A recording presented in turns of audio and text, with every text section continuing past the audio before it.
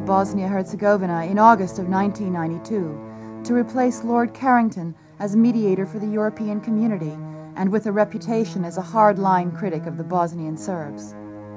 But Owen quickly learned that Muslim forces routinely staged incidents to turn world opinion against the Serbs.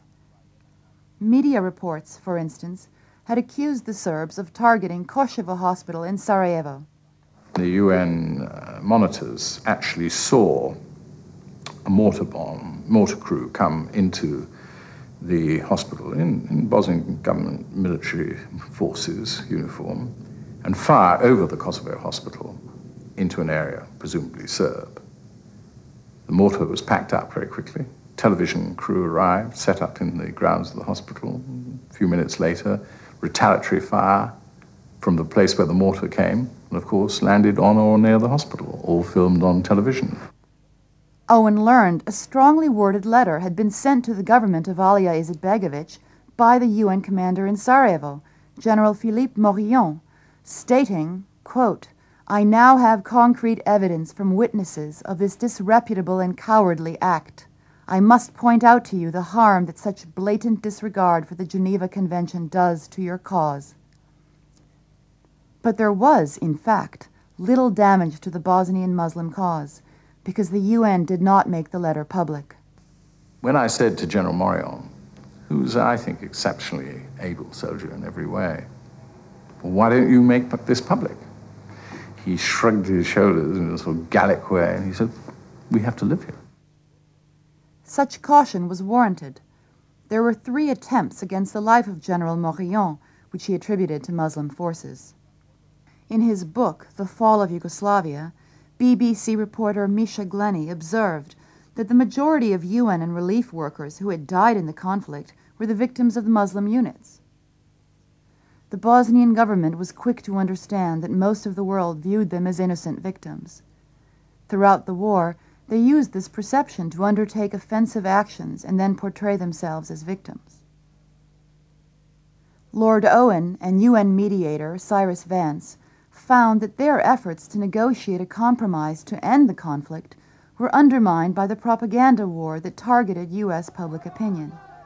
In America, they have a press and a television presentation that is still cowboys and Indians, good and bad. They like to see things in simple terms, there's no doubt about that.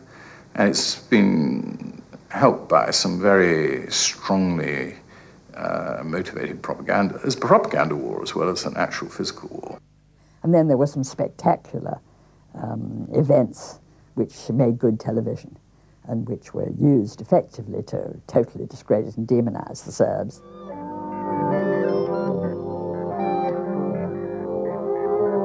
Psychological operations and psychological warfare are the dynamic elements of a psychological strategy. For want of a better word, this is image manipulation, of which propaganda is a big part. You also have agitation propaganda, which involves the actual creation of incidents to get media attention. In the Bosnian capital, Sarajevo, this morning, a moment of terror, just seconds after Serbian mortar shells landed there. The mortar landed within yards of the presidential building where the British Foreign Secretary, Douglas Hurd, was having talks. But the mortar shells were not fired by the Serbs. French UN soldiers and a Canadian sergeant described the incident to Newsweek's military correspondent, Colonel David Hackworth. The Minister of State for Great Britain was meeting with the president of Bosnia, and the minute the ceremony was over, they were rushed into a bunker, and it was mortared.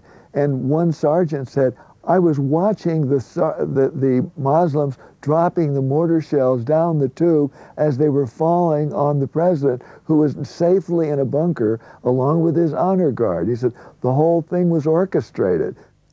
An orchestrated incident could not have happened without the participation of Alija Izetbegović.